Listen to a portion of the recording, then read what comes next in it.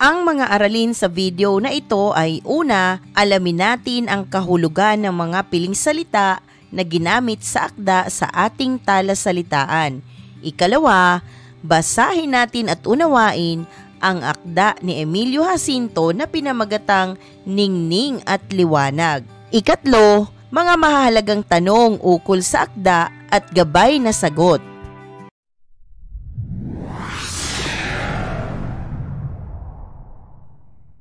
Narito na ang unang bahagi ng aralin. Alamin natin at unawain ang kahulugan ng mga piling salita na narito. Unang bilang, pagwari, palagay. Ikalawa, naganyak, nagbigay sigla. Ikatlo, kapagalan, pagod. Ikaapat, sukab, taksil. Ikalima, balat kayo, pagkukunwari. Ikaanim, kaliluhan, may kabagsikan at walang awa. Sa ating pagpapatuloy, basahin natin ang akda ni Emilio Jacinto na pinamagatang Liwanag at Dilim, ang Ningning at ang Liwanag. Maaari mong sabayan at unawain ang mga nasa slide. Ang Ningning at ang Liwanag. Ang ningning at liwanag ay nakasisira ng paningin. Ang liwanag ay kinakailangan ng mata upang mapagwari ang buong katunayan ng mga bagay-bagay. Ang bubog, kung tinatamaan ng nag-aapoy na sikat ng araw, ay nagniningning, ngunit sumusugat sa kamay ng nagaganyak na dumampot. Ang ningning ay maraya. Ating hanapin ang liwanag. Tayo'y huwag mabighani sa ningning. Sa katunayan ng masamang naugalian, nagdaraan ang isang karwaheng maningning na hinihila ng kabayong matulin. Tayo'y magpupugay at ang isa sa loob ay mahal na tao ang nakalulan. Datapway marahil naman isang magnanakaw. Marahil sa ilalim ng kanyang ipinatatanghal na kamahalan at mga hiyas na tinataglay ay natatago ang isang pusong sukaban. Nagdaraan ang isang maralita na nagkakanghirap sa pinapasan. Tayo'y mapapangiti at isa sa loob. Saan kaya ninakaw? Datapway maliwanag nating nakikita sa pawis ng kanyang noo at sa hapo ng kanyang katawan na siya'y nabubuhay sa sipag at kapagalang tunay. Ay, sa ating pag-uuga-ugali ay lubhang nangapit ang pagsamba sa ningning at pagtakwil sa liwanag. Ito na nga ang dahilang isa pa na kung kaya ang tao at ang mga nayan ay namumuhay sa hinagpis at dalita. Ito na nga ang dahilan na kung kaya ang mga loob na inaakay ng kapalaluan at ng kasakiman ay nagpupumilit na lumitaw na maningning. Lalong-lalo na ang mga hari at mga pinuno na pinagkakatiwalaan nang sa ikagiginhawa ng kanilang mga kampon at walang ibang nasa kundi ang mamalagi sa kapangyarihang sukdang ikanais at ikamatay ng bayan na nagbigay sa kanila ng kapangyarihang ito. Tayo'y mapagsampalataya sa ningning. Huwag nating pagtakhan na ang ibig mabuhay sa dugo ng ating mga ugat ay magbalat kayo ng maningning. Ay, kung ang ating dinudulugan at hinahinain ng puspos na galang ay ang maliwanag at magandang asal at matapat na loob, ang kahit sino ay walang magpapaningning pagkat di natin pahahalagahan at ang mga isip at akalang anupaman ay hindi hihiwalay sa maliwanag na banal na landas na katwiran.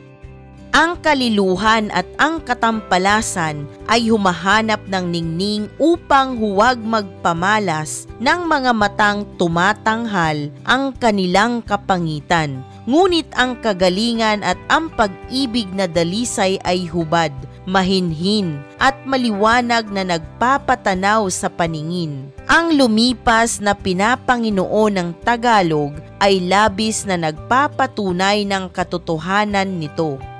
Mapalad ang araw ng liwanag, ay ang anak ng bayan, ang kapatid ko, ay matututo kaya na kumuhang halimbawa at lakas sa pinagdaanang mga hirap at binatang mga kaapihan? Iyong nabasa at naunawaan ang akda ni Emilio Jacinto na Ningning at ang Liwanag. Dumako tayo sa huling bahagi ng aralin, ang mga mahahalagang tanong ukol sa akda at gabay na sagot. Unang tanong, ano ang paksa ng akda? Ang paksa ng akda ay tungkol sa ningning at liwanag. Ang sinasabing ningning sa akda ay mga nakasisilaw na panlibang at pambulag sa mga Pilipino upang hindi makita ang tunay na masamang intensyon at nais ng mga dayuhan noong panahon na iyon. Ang liwanag naman ay sumisimbolo sa katotohanang nagaganap sa bayan at mga ginagawang kapalaluan ng dayuhan. Mahihiwatigan sa akda, ang dalawa ay parehong nakasisira ng mata na ang ibig sabihin ay nabubulagan ang tao sa tunay na intensyon dahil sa ningning o mga nakasisilaw na alok na tila maganda at panlibang sa mamamayan. Gayon din sa nakasisira sa matang liwanag na tumutukoy naman sa hindi makatitiis ang mamamayan na makita ang paglabag at pang-aabuso ng dayuhan sa mga Pilipino at sa mahal na bayan. Ikalawang tanong, ano ang layo ng sanaysay? Narito ang maaari mong maging gabay na sagot. Layo ng sanaysay na hikayatin ang mambabasa na piliin ang liwanag kaysa sa ningning, sapagkat ang ningning na tinutukoy sa akda ay mga huwad na pagpapakita ng kabutihan upang hindi sila pagdudahan sa intensyon at upang makaligtas sa kaalaman ng mamamayan ang kanilang mapang-abusong patakaran.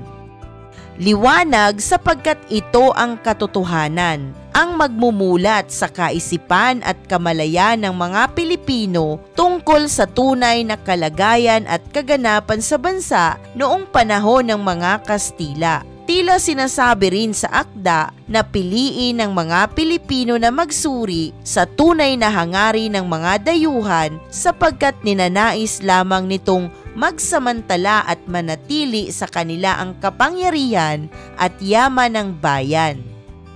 Ikatlong tanong, anong estilo ang ginamit ng manunulat? Narito ang maaari mong maging gabay na sagot. Ang akda ay gumamit ng simbolismo upang ipahayag ang kanyang puna sa mga kaganapan at nangyayari sa mga Pilipino at sa bansa. Pinaunawa niya ang kaibahan ng katotohanan o liwanag sa huwad at pagkukunyari o ningning na tinukoy niya sa kanyang pagsasalaysay at paglalarawan. Seryosong nangaral at nagpapahayag ng paglalarawan ang may akda sa kaganapan. Isang mahalagang aralin muli ang iyong napanood. Maraming salamat sa panonood sa channel na Aralin sa Filipino. Huwag mag-atubiling mag-comment ng inyong tanong, suggestions o paglilinaw ukol sa aralin. Munting kahilingan sa iyong kaibigan, paki-like, share and subscribe para updated ka sa mga susunod pang bagong video ng Aralin mo sa Filipino.